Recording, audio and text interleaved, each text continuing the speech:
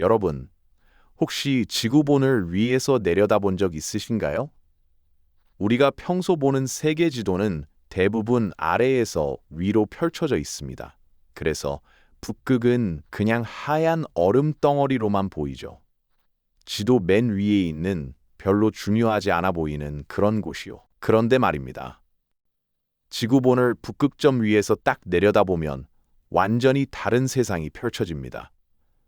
미국, 러시아, 캐나다, 유럽 국가들이 마치 둥근 식탁에 빙 둘러앉은 것처럼 북극해를 에워싸고 있거든요.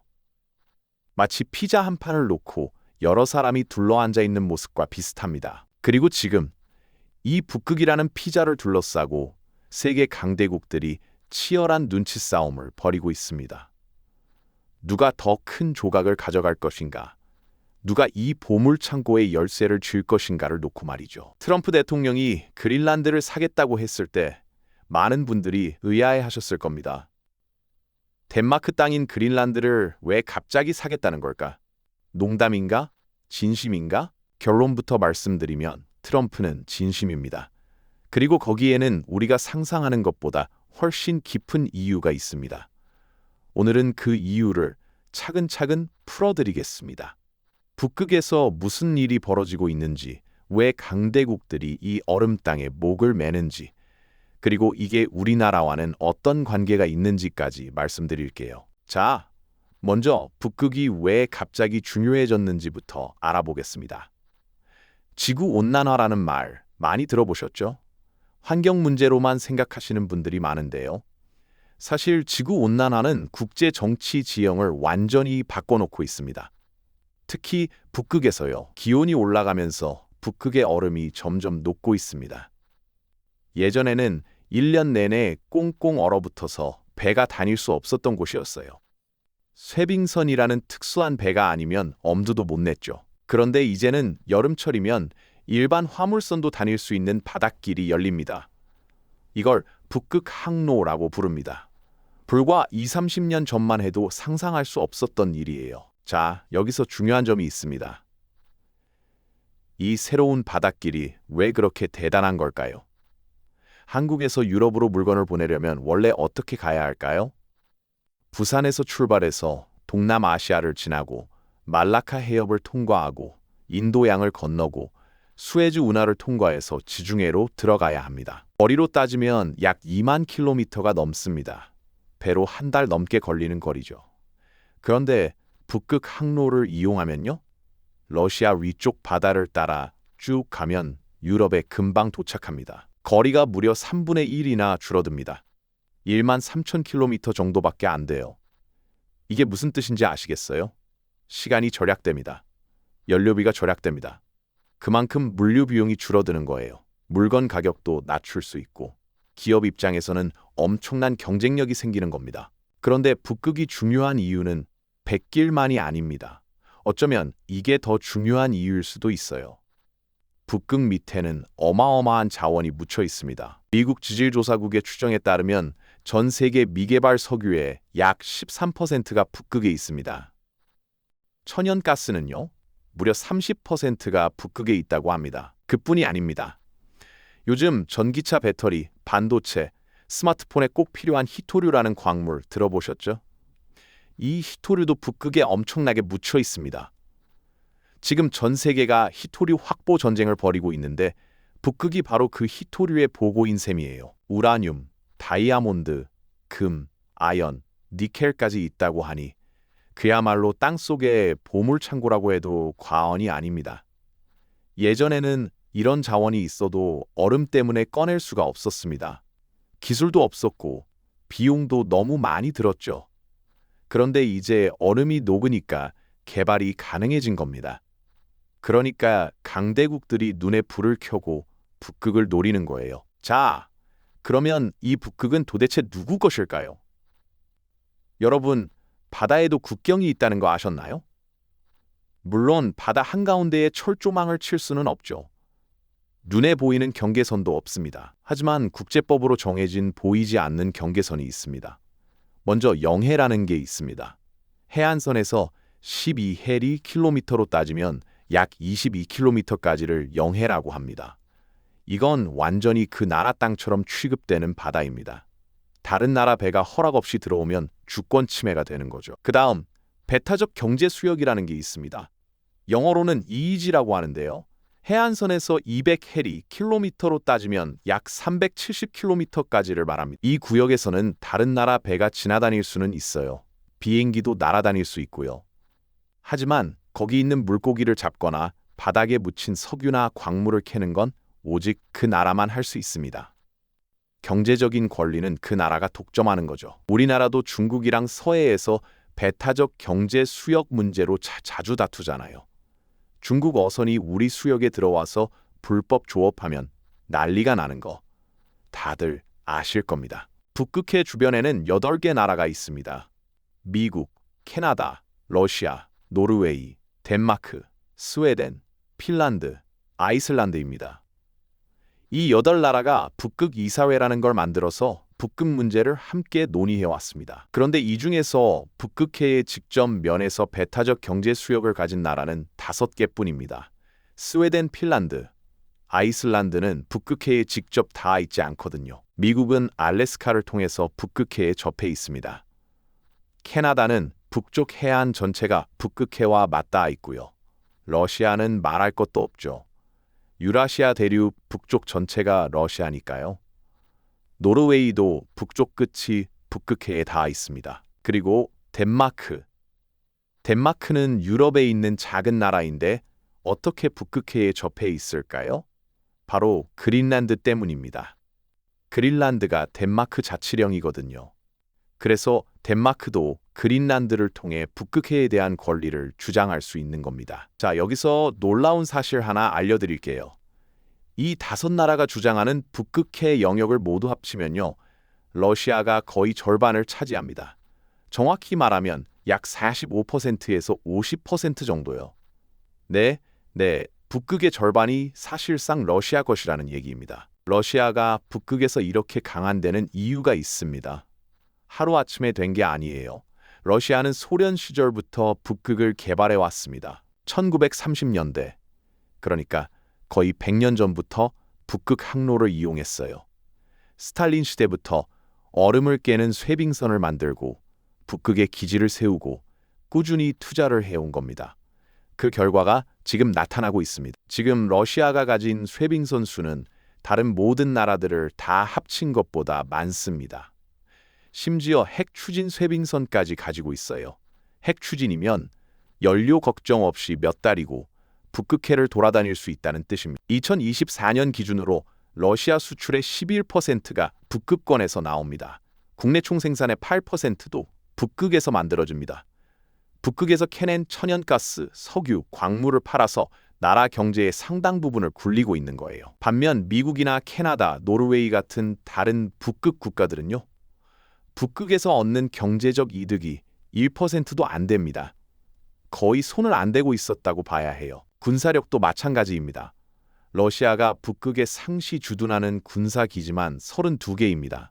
미국은 10개 정도, 캐나다는 8개 정도밖에 안 돼요. 비행장, 미사일 기지, 레이더 기지, 경비 초소까지 다 합치면 러시아의 북극 군사 시설은 500개 가까이 됩니다. 북극 전체를 감시하고 통제할 수 있는 체계를 이미 갖추고 있는 거예요. 쉽게 말해서 러시아는 북극을 자기 뒷마당처럼 쓰고 있는 겁니다. 다른 나라들이 북극에 관심을 가지기 시작한 건 최근 20년 사이인데 러시아는 100년 가까이 준비해 온 거죠. 자, 이제 본격적으로 그린란드 얘기를 해볼까요? 트럼프 대통령이 그린란드를 사겠다고 한 건 2019년 첫 번째 임기 때부터입니다. 당시에는 다들 농담인 줄 알았어요.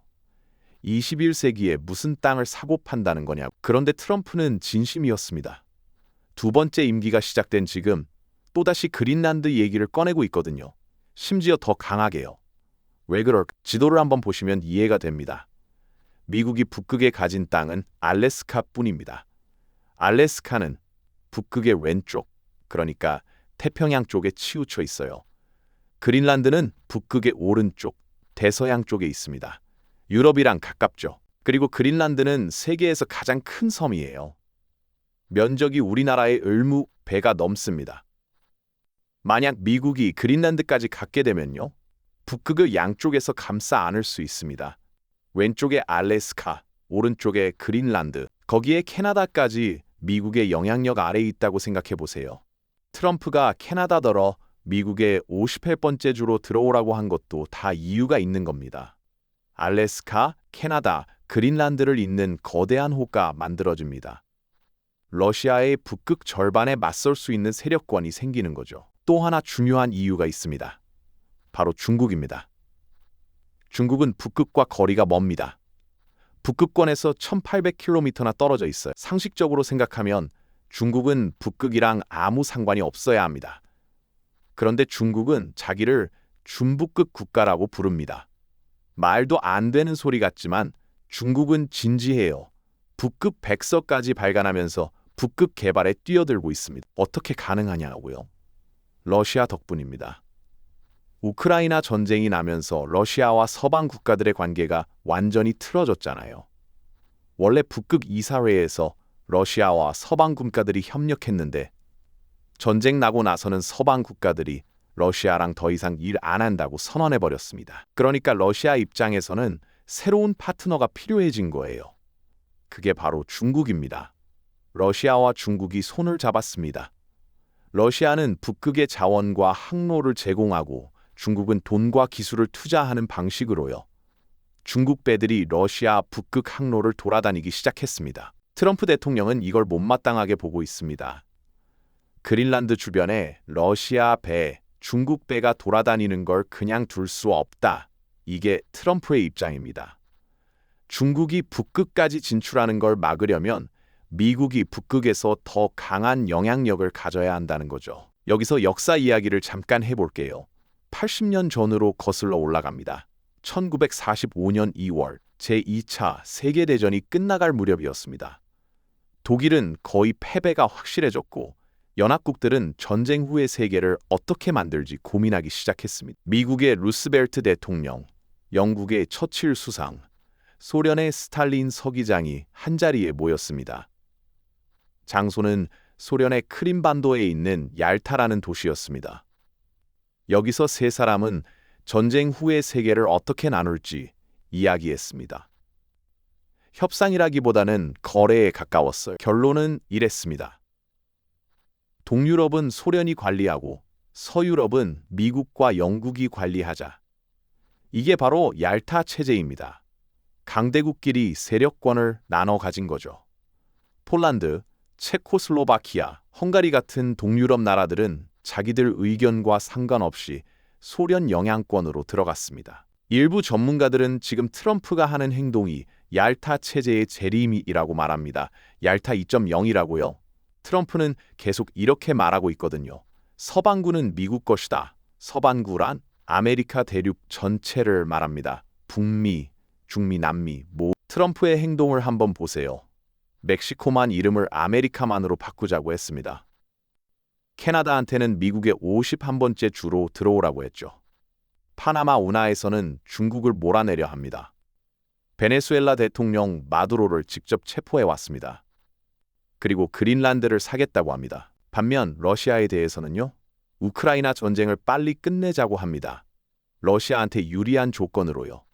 우크라이나더러 영토를 포기하라고 압박하고 있죠. 이게 무슨 뜻일까요? 너희 세력권은 인정해 줄 테니 우리 세력권도 인정해라. 강대국끼리 세계를 나눠 갖는 거래. 80년 전 얄타 회의에서 루스벨트와 스탈린이 했던 것과 똑같은 방식입니다. 그린란드는 덴마크의 자치령입니다. 유럽 국가들은 트럼프의 그린란드 발언에 강하게 반발했습니다. 덴마크 총리는 그런 식으로 그린란드를 빼앗으면 나토가 깨질 수도 있다고까지 말했습니다. 유럽연합도 그린란드 문제는 그린란드 주민과 덴마크가 결정할 일이라며 한 목소리를 냈고요. 하지만 냉정하게 현실을 봐야 합니다. 유럽이 미국을 막을 수 있을까요? 전 세계 군사력 상위 10개국 목록을 보면 중국, 인도, 미국, 러시아, 북한, 한국 이런 나라들이 있습니다. 유럽 국가는요? 단 하나도 없습니다. 프랑스, 영국, 독일 다들 강대국이라고 생각하시죠? 이 나라들 정규군이 각각 20만 명이 안 됩니다. 러시아는요? 정규군이 132만 명입니다. 그래서 유럽은 나토에 의존할 수밖에 없습니다. 그런데 나토 예산의 70%를 미국 혼자 내고 있습니다. 미국이 나토에서 발을 빼면요? 유럽은 러시아를 상대할 힘이 없습니다. 결국 유럽이 아무리 화를 내도 미국이 작정하고 그린란드를 가져가겠다 하면 막을 방법이 마땅치 않습니다. 그런데 여기서 변수가 하나 있습니다. 바로 그린란드 주민들입니다. 그린란드는 자치정부가 있는 자치령입니다. 그린란드 법에 따르면 독립 문제는 주민들이 직접 결정합니다. 최근 설문조사 결과를 보면요. 미국에 합류하는 건 85%가 반대합니다. 찬성은 6%뿐이에요. 그런데 흥미로운 점이 있습니다. 덴마크로부터 독립하는 것에 대해서는 60%가 찬성합니다. 그린란드 주민들은 덴마크에서 벗어나고 싶어 합니다. 그린란드 인구는 약 5만 7천 명입니다. 트럼프 측에서 주민 한 명당 10만 달러씩 주겠다는 얘기가 나왔습니다. 계산해 볼까요? 5만 7천 명에게 10만 달러씩 주면 57달러입니다. 많은 돈 같지만요. 그린란드 면적은 우리나라의 20배입니다. 거기에 있는 자원 가치까지 생각하면 엄청나게 싼 거래입니다. 1867년 미국은 러시아로부터 알래스카를 720달에 샀습니다. 당시에는 쓸모없는 얼음 땅을 왜 샀냐고 비웃음을 받았어요. 그런데 지금 알래스카의 가치가 얼마인지는 다들 아시잖아요. 2014년 크림반도에서 있었던 일을 기억하시나요? 크림반도는 원래 우크라이나의 자치공화국이었습니다. 그런데 러시아가 군대를 보냈고 주민투표가 열렸습니다. 97%가 러시아로 가겠다고 했습니다. 우크라이나법으로는 불법이었지만 러시아는 그냥 병합해버렸습니다. 만약 그린란드에서 비슷한 일이 벌어진다면요? 그린란드 주민들이 미국으로 가겠다고 투표하고 미국이 뒤에서 버티고 있다면 법보다 힘이 이기는 상황이 벌어질 수 있습니다. 이제 우리나라 얘기를 해볼게요. 북극 항로가 본격적으로 열리면 한국에게도 큰 기회입니다. 부산항이 북극 항로의 중요한 거점이 될 수 있거든요. 우리나라 조선업도 기회입니다. 쇠빙선이나 극지 운항 선박을 만들 수 있는 기술력이 있으니까요. 그런데 문제는 러시아입니다. 북극 항로의 90%가 러시아 영해를 지나갑니다. 지금 우크라이나 전쟁 때문에 한국과 러시아 관계가 좋지 않아요. 더 복잡한 건 북한입니다. 러시아와 북한이 점점 가까워지고 있습니다. 북한의 나진항이나 청진항도 북극 항로의 거점이 될 가능성이 있거든요. 한반도 정세와 북극 문제가 복잡하게 얽혀 있는 셈입니다. 오늘 이야기를 정리해 볼게요. 첫째, 지구온난화로 북극이 열리고 있습니다. 새로운 백길과 엄청난 자원이 있는 곳이죠. 둘째, 러시아가 북극의 절반을 차지하고 있습니다. 100년 가까이 투자해온 결과입니다. 셋째, 트럼프는 그린란드를 통해 미국의 영향력을 키우려 합니다. 넷째, 유럽은 소외되고 강대국끼리 거래가 이루어지고 있습니다. 다섯째, 한국도 기회가 있지만 러시아와의 관계가 관건입니다. 19세기에 미국이 알래스카를 샀을 때 사람들은 어리석은 거래라고 비웃었습니다. 100년이 지난 지금 그 판단이 얼마나 잘못됐는지 우리는 압니다. 북극을 둘러싼 싸움은 이제 막 시작됐습니다. 50년 후, 100년 후에 오늘의 결정들이 어떤 결과를 낳을지 아무도 모릅니다.